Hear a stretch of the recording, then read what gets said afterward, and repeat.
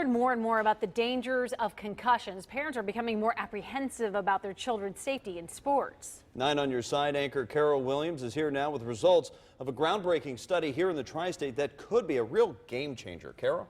Well, Craig and Tanya, it's such a simple device. This is called a Q collar. So it's hard to believe this could protect an athlete from a concussion. It's worn around the neck, just like this. I mean, how easy is that? Cincinnati children's researchers and St. X football players teamed up to test its effectiveness.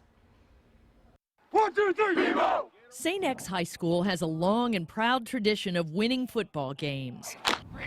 And playing quarterback is about as good as it gets for number 14, Sean Clifford. I'm excited. Excited about his upcoming senior season and his commitment to play college ball at Penn State. I've always wanted to be a quarterback. But a year ago, there were concerns over Sean's safety after he suffered 2 concussions in his sophomore year. My mom has always been worried about me and concussions. Enter the Q collar. So Sean, you put this on 1,000 times. We were approached by Children's Hospital to see if we could be the on-site, on-the-field testing for these collars. St. X trainer Mike Gordon says a helmet protects the skull, but not the brain. The problem is that it does nothing for the brain moving around inside of the skull. And so when you get hit and your brain moves around and swashes around inside, typically that's what can cause the concussive blow. So in 2015, St. X took part in this groundbreaking study.